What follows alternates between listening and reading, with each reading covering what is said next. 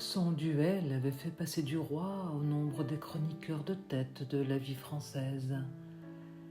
Mais comme il éprouvait une peine infinie à découvrir des idées, il prit la spécialité des déclamations sur la décadence des mœurs, sur l'abaissement des caractères, l'affaissement du patriotisme et l'anémie de l'honneur français. Il avait trouvé le mot anémie dont il était fier. Et quand Madame de Marelle, pleine de cet esprit gouailleur, sceptique et gobeur, qu'on appelle l'esprit de Paris, se moquait de ces tirades qu'elle crevait d'une épigramme, il répondait en souriant « Oh, ça me fait une bonne réputation pour plus tard. » Il habitait maintenant rue de Constantinople, où il avait transporté sa malle, sa brosse, son rasoir et son savon, ce qui constituait son déménagement.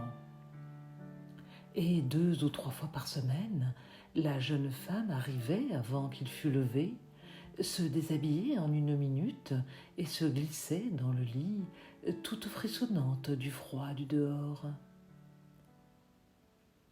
Duroy, par contre, dînait tous les jeudis dans le ménage et faisant la cour au mari en lui parlant agriculture, et comme il aimait lui-même les choses de la terre, ils s'intéressaient parfois tellement tous deux à leur causerie qu'ils oubliaient tout à fait leur femme sommeillant sur le canapé.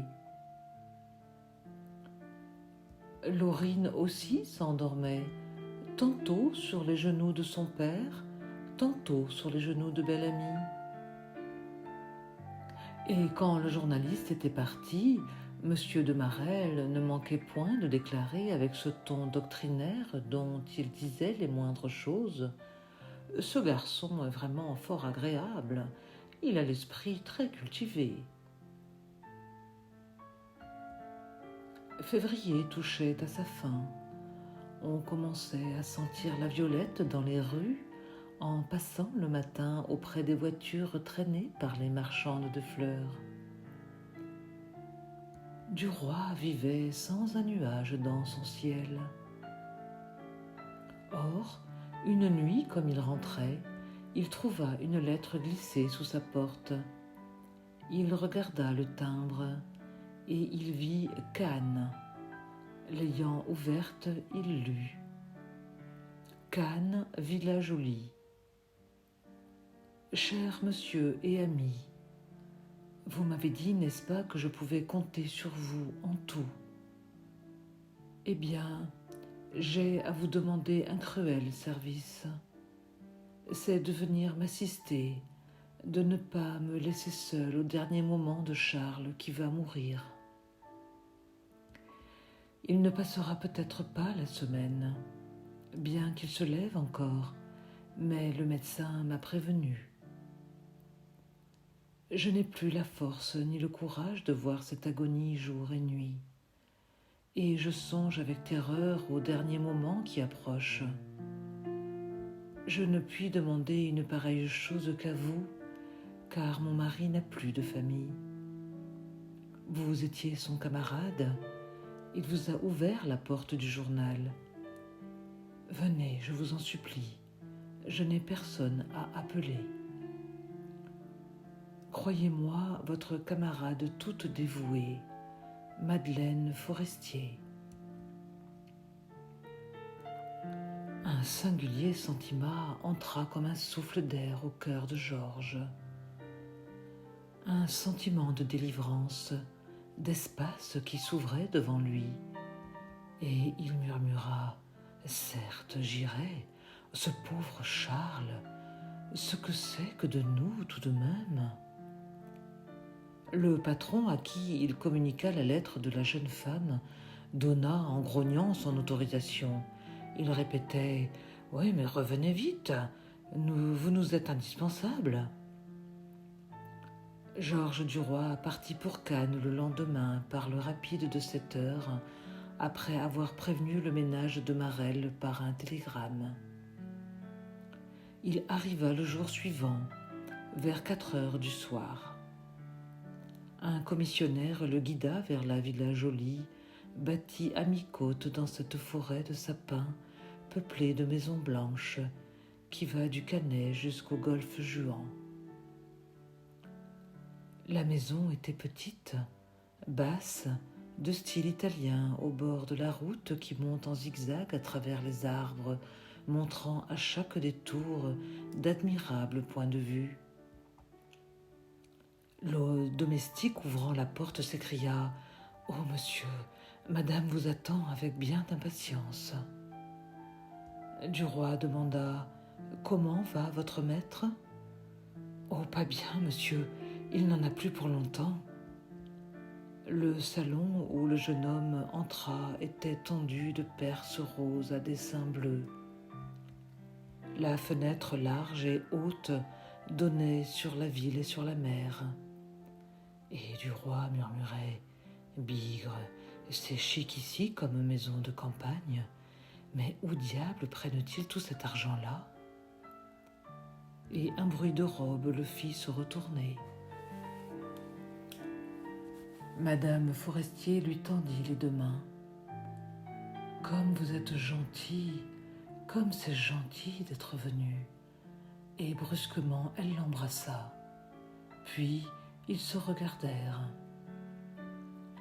Elle était un peu pâlie, un peu maigrie, mais toujours fraîche, et peut-être plus jolie encore avec son air plus délicat. Elle murmura « Il est terrible, voyez-vous, il se sait perdu et il me tyrannise atrocement. Je lui ai annoncé votre arrivée. Mais où est votre mal ?» Et Duroy répondit « Je l'ai laissé au chemin de fer, ne sachant pas dans quel hôtel vous me conseilleriez de descendre pour être près de vous. » Elle hésita, puis reprit « Vous descendrez ici, dans la villa. Votre chambre est prête du reste. Il peut mourir d'un moment à l'autre, et si cela arrivait la nuit, je serai seule. J'enverrai chercher votre bagage. » Il s'inclina. « Comme vous voudrez, madame. »« Et maintenant, montons, dit-elle. » Il la suivit. Elle ouvrit une porte au premier étage, et Duroy aperçut auprès d'une fenêtre, assis dans un fauteuil et enroulé dans des couvertures, livide, sous la clarté rouge du soleil couchant, une espèce de cadavre qui le regardait. Il le reconnaissait à peine. Il devina plutôt que c'était son ami. On sentait dans cette chambre la fièvre, la tisane, l'éther, le goudron, cette odeur innommable et lourde des appartements où respire un poitrinaire. Forestier souleva sa main d'un geste pénible et lent. « Te voilà, dit-il. Tu viens me voir mourir. Je te remercie. » Et Duroy affecta de rire. « Te voir mourir ? Ce ne serait pas un spectacle amusant, et je ne choisirais point cette occasion-là pour visiter Cannes. Non, je viens te dire bonjour et me reposer un peu. » Duroy, mal à l'aise, aurait voulu causer avec le malade, le rassurer. Mais il n'imaginait rien de propre à le réconforter. Il balbutia « Alors, ça ne va pas mieux depuis que tu es ici ?» L'autre haussa les épaules avec une impatience accablée. « Tu le vois bien ?» Et il baissa de nouveau la tête. Duroy reprit « Sacristi, il fait rudement bon ici, comparativement à Paris. Là-bas, on est encore en plein hiver, il neige, il grêle, il pleut, et il fait sombre à allumer les lampes dès 3 heures de l'après-midi. » Forestier demanda « Rien de nouveau au journal ?»« Rien de nouveau. On a pris pour te remplacer le petit Lacrin qui sort du Voltaire, mais il n'est pas mûr, il est temps que tu reviennes. » Le malade balbutia « Moi ? J'irai faire de la chronique à 6 pieds sous terre maintenant. L'idée fixe revenait comme un coup de cloche à propos de tout et reparaissait sans cesse dans chaque pensée, dans chaque phrase. Il y eut un long silence, un silence douloureux et profond. L'ardeur du couchant se calmait lentement et les montagnes devenaient noires sur le ciel rouge qui s'assombrissait. Une ombre colorée, un commencement de nuit qui gardait des lueurs de brasier mourant entrait dans la chambre et semblait teindre les meubles, les murs, les tentures, les coins avec des tons mêlés d'encre et de pourpre. La glace de la cheminée, reflétant l'horizon, avait l'air d'une plaque de sang. Madame Forestier ne remuait point, toujours debout, le dos à l'appartement et le visage contre le carreau. Et Forestier se mit à parler d'une voix saccadée, essoufflée, déchirante à entendre. Combien est-ce que j'en verrai encore de couchers de soleil? 8, 10 ou 20, peut-être, pas plus. Vous avez du temps, vous autres. Moi, c'est fini. Et ça continuera après moi, comme si j'étais là. Et Duroy, tout à coup, se rappela ce que lui disait Norbert de Varenne quelques semaines auparavant. Moi, maintenant, je vois la mort de si près que j'ai souvent envie d'étendre les bras pour la repousser. Je la découvre partout. Les petites bêtes écrasées sur les routes, les feuilles qui tombent. Le poil blanc aperçu dans la barbe d'un ami me ravage le cœur et me crie « La voilà !» Il n'avait point compris ce jour-là, et maintenant il comprenait en regardant Forestier. Et une angoisse inconnue, atroce, entrait en lui, comme s'il eût senti tout près, sur ce fauteuil où haletait cet homme, la hideuse mort à portée de sa main. Il avait envie de se lever, de s'en aller, de se sauver, de retourner à Paris tout de suite. Oh, s'il avait su, il ne serait pas venu. La nuit, maintenant, s'était répandue dans la chambre comme un deuil hâtif qui serait tombé sur ce moribond. Seule la fenêtre restait visible encore, dessinant dans son carré plus clair la silhouette immobile de la jeune femme. Puis elle s'assit dans un fauteuil au pied du lit. Duroy en prit un autre à côté d'elle, et ils attendirent en silence. Quelques heures passèrent. Duroy lui-même commençait à s'assoupir quand il eut la sensation que quelque chose survenait. Il ouvrit les yeux juste à temps pour voir Forestier fermer les siens, comme deux lumières qui s'éteignent. Un petit hoquet agita la gorge du mourant, et 2 filets de sang apparurent au coin de la bouche, puis coulèrent sur sa chemise. Ses mains cessèrent leur hideuse promenade. Il avait fini de respirer. Sa femme comprit, et poussant une sorte de cri, elle s'abattit sur les genoux en sanglotant dans le drap. Georges, surpris et effaré, fit machinalement le signe de la croix, et la garde, s'étant réveillée, s'approcha du lit. « Ça y est, dit-elle. » Et Duroy, qui reprenait son sang-froid, murmura, avec un soupir de délivrance. « Oh, ça a été moins long que je ne l'aurais cru. » Lorsque fut dissipé le premier étonnement, après les premières larmes versées, on s'occupa de tous les soins et de toutes les démarches que réclame un mort. Duroy courut jusqu'à la nuit. Il avait grand faim en rentrant. Madame Forestier mangea quelque peu, puis ils s'installèrent tous deux dans la chambre funèbre pour veiller le corps. 2 bougies brûlaient sur la table de nuit à côté d'une assiette, où trempait une branche de mimosa dans un peu d'eau, car on n'avait point trouvé le rameau de buis nécessaire. Ils étaient seuls, le jeune homme et la jeune femme auprès de lui qui n'était plus.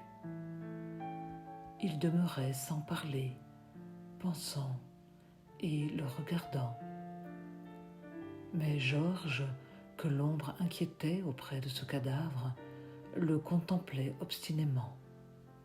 Son œil et son esprit attirés, fascinés par ce visage décharné que la lumière vacillante faisait paraître encore plus creux, restaient fixés sur lui. C'était là son ami, Charles Forestier, qui lui parlait hier encore. Quelle chose étrange et épouvantable que cette fin complète d'un être. Oh, il se les rappelait maintenant, les paroles de Norbert de Varenne, hanté par la peur de la mort. Jamais un être ne revient. Il en naîtrait des millions et des milliards, à peu près pareils, avec des yeux, un nez, une bouche, un crâne, et dedans une pensée, sans que jamais celui-là reparût, qui était couché dans ce lit. Pendant quelques années, il avait vécu, mangé, ri, aimé, espéré comme tout le monde. Et c'était fini pour lui, fini pour toujours. Une vie, quelques jours, et puis plus rien. On naît, on grandit, on est heureux, on attend, puis on meurt. Adieu. Homme ou femme, tu ne reviendras point sur la terre. Et pourtant, chacun porte en soi le désir fiévreux et irréalisable de l'éternité. Chacun est une sorte d'univers dans l'univers, et chacun s'anéantit bientôt complètement dans le fumier des germes nouveaux. Les plantes, les bêtes, les hommes, les étoiles, les mondes, tout s'anime, puis tout meurt pour se transformer. Et jamais un être ne revient, insecte, homme ou planète. Une terreur confuse, immense, écrasante pesait sur l'âme de Duroy. La terreur de ce néant illimité, inévitable, détruisant indéfiniment toutes les existences si rapides et si mésirables. Il courbait déjà le front sous sa menace. Il pensait aux mouches qui vivent quelques heures, aux bêtes qui vivent quelques jours, aux hommes qui vivent quelques ans, aux terres qui vivent quelques siècles. Quelle différence donc entre les uns et les autres? Quelques aurores de plus, voilà tout. Il détourna les yeux pour ne plus regarder le cadavre. Madame Forestier, la tête baissée, semblait songer aussi à des choses douloureuses. Ses cheveux blonds étaient si jolis sur sa figure triste qu'une sensation douce comme le toucher d'une espérance passa dans le cœur du jeune homme. Pourquoi se désoler quand il avait encore tant d'années devant lui? Et il se mit à la contempler. Elle ne le voyait point, perdu dans sa méditation. Il se disait: voilà pourtant la seule bonne chose de la vie, l'amour. Tenir dans ses bras une femme aimée, là est la limite du bonheur humain. Quelle chance il avait eu, ce mort, de rencontrer cette compagne intelligente et charmante. Comment s'était-il connu? Comment avait-elle consenti, elle, à épouser ce garçon médiocre et pauvre? Comment avait-elle fini par en faire quelqu'un? Alors, il songea à tous les mystères cachés dans les existences. Il se rappela ce qu'on chuchotait du comte de Vaudrec qu'il avait doté et marié, disait-on. Qu'allait-elle faire maintenant? Qui épouserait-elle? Un député, comme le pensait Madame de Marelle, ou quelque gaillard d'avenir, un forestier supérieur? Avait-elle des projets, des plans, des idées arrêtées? Comme il eût désiré savoir cela. Mais pourquoi ce souci de ce qu'elle ferait? Il se le demanda et s'aperçut que son inquiétude venait d'une de ces arrière-pensées confuses, secrètes, qu'on se cache à soi-même et qu'on ne découvre qu'en allant fouiller tout au fond de soi. Oui, pourquoi n'essaierait-il pas lui-même cette conquête? Comme il serait fort avec elle et redoutable, comme il pourrait aller vite et loin et sûrement. Pourquoi ne réussirait-il pas? Il sentait bien qu'il lui plaisait, qu'elle avait pour lui plus que de la sympathie, une de ces affections qui naissent entre deux natures semblables et qui tiennent autant d'une séduction réciproque que d'une sorte de complicité muette. Elle le savait intelligent, résolu, tenace. Elle pouvait avoir confiance en lui. Ne l'avait-elle pas fait venir en cette circonstance si grave? Et pourquoi l'avait-elle appelé? Ne devait-il pas avoir là une sorte de choix, une sorte d'aveu, une sorte de désignation? Si elle avait pensé à lui juste à ce moment où elle allait devenir veuve, c'est que peut-être elle avait songé à celui qui deviendrait de nouveau son compagnon, son allié. Et une envie impatiente le saisit de savoir, de l'interroger, de connaître ses intentions. Il devait repartir le surlendemain, ne pouvant demeurer seul avec cette jeune femme dans cette maison. Il fallait donc se hâter. Il fallait, avant de retourner à Paris, surprendre avec adresse, avec délicatesse ses projets, et ne pas la laisser revenir, céder aux sollicitations d'un autre peut-être, et s'engager sans retour. Le silence de la chambre était profond. On n'entendait que le balancier de la pendule qui battait sur la cheminée, son tic-tac métallique et régulier. Il murmura « Vous devez être bien fatigué. » Elle répondit « Oui, mais je suis surtout accablée. » Le bruit de leur voix les étonna, sonnant étrangement dans cet appartement sinistre, et ils regardèrent soudain le visage du mort, comme s'ils se fussent attendus à le voir remuer, à l'entendre leur parler, ainsi qu'il faisait quelques heures plus tôt. Duroy reprit « Oh, c'est un gros coup pour vous, et un changement si complet dans votre vie, un vrai bouleversement de votre cœur et de l'existence entière. » Elle soupira longuement sans répondre. Il continua. « C'est si triste pour une jeune femme de se trouver seule, comme vous allez l'être. Puis, il se tut. Elle ne dit rien. Il balbutia. Dans tous les cas, vous savez le pacte conclu entre nous. Vous pouvez disposer de moi comme vous voudrez. Je vous appartiens. Elle lui tendit la main en jetant sur lui un de ces regards mélancoliques et doux qui remuent en nous jusqu'aux moelles des os. Merci, vous êtes bon, excellent. Si j'osais et si je pouvais quelque chose pour vous, je vous dirais aussi, comptez sur moi.